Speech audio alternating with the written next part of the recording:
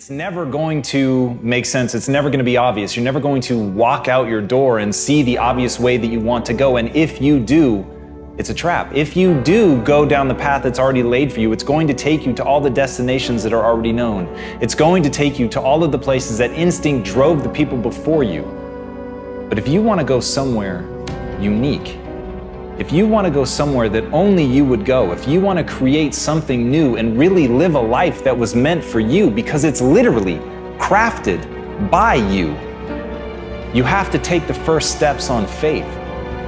And as Rumi said, as you start to walk out on the way appears. So as you're looking at the choices that are before you, where you've got a path that's well trodden, you've got a path that literally is invisible and won't become something until you step on it, you have to understand that that's what this life is meant to be, and that the only frustration that you will look back on with tremendous regret is knowing that you did what was easy, even though it wasn't you. There's some mechanism inside of us. There's something that wants us to walk a path that's never been walked before. And the thing that makes it so hard is right now inside of you is a desperate desire for that to be easy. But it's not going to be easy. It's going to be hard. You're going to fail. You're going to stumble. You're going to fall on your face. And thank God.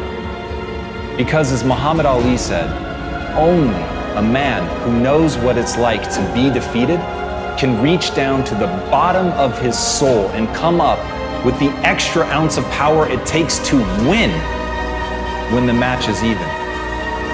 So what you have to ask yourself is, what do you want? Do you want it to be easy? Do you want the path to be well-worn?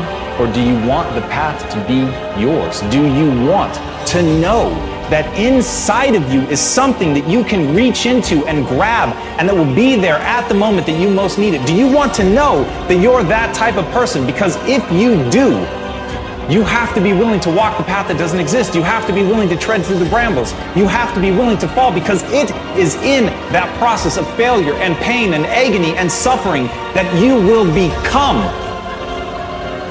That's the process that will make you you. That's the process that will shape you. It's the suffering that gives you the reserves to draw on when you need them most.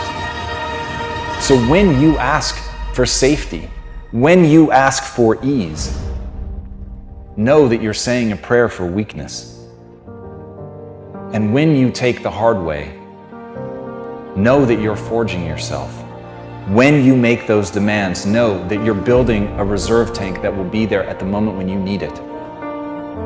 When you walk the path that only you can walk, know that you're living the life that you were meant to live. And that, my friends, is how you become the you worth becoming.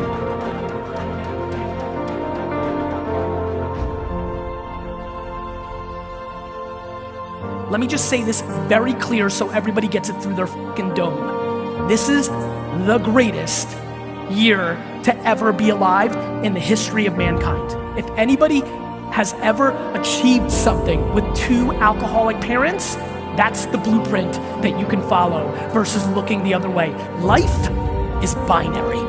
It's either offense or defense. You are either sitting in your seat right now on the offense or you're not. There is no half pregnant, there's no in between. You're either this or that. Do I believe that there is suppression around? Of course.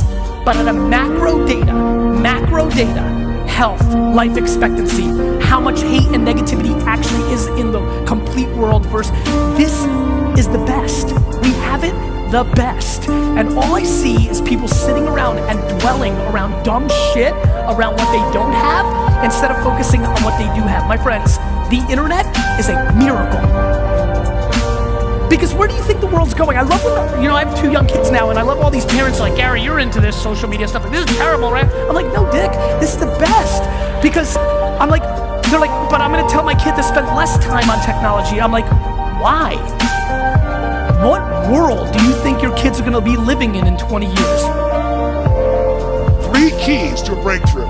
Think of the area you want to have a breakthrough in right now. Your body, your money, your relationships, your career, your business, your joy, your happiness, and let's look at what your choices are. First element, there are 3 S's for a breakthrough.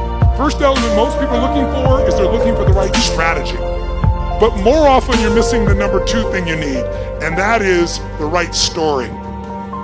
Because the story you have about your life, about your business, about the area of your life that's not where you want, the area you're breaking through, your story is what's making you be stuck. What's a story? It's a belief that you tell yourself over and over again, like, I don't know what the salt is, I don't know what the salt is. You tell the story so often you believe it. In fact, write this down. The only thing keeping you from getting what you want, the only thing keeping you from getting what you want is the story you keep telling yourself about why you don't have it.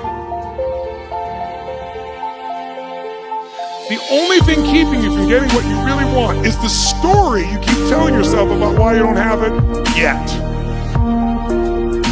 Here's what I say. Divorce your story and marry the truth. I can teach you a million strategies that'll change you overnight. And if I get you to use a strategy and grow your business 30% like that, you are gonna get so excited that your story about your business will change, won't it? You're like, I can rip this open. I'm gonna make this thing 100% more profitable. That's why 80% of those people, I can grow them 30 to 130%. Because once I get into that momentum, people's story changes. And when their story changes, the third and most important thing changes, their state.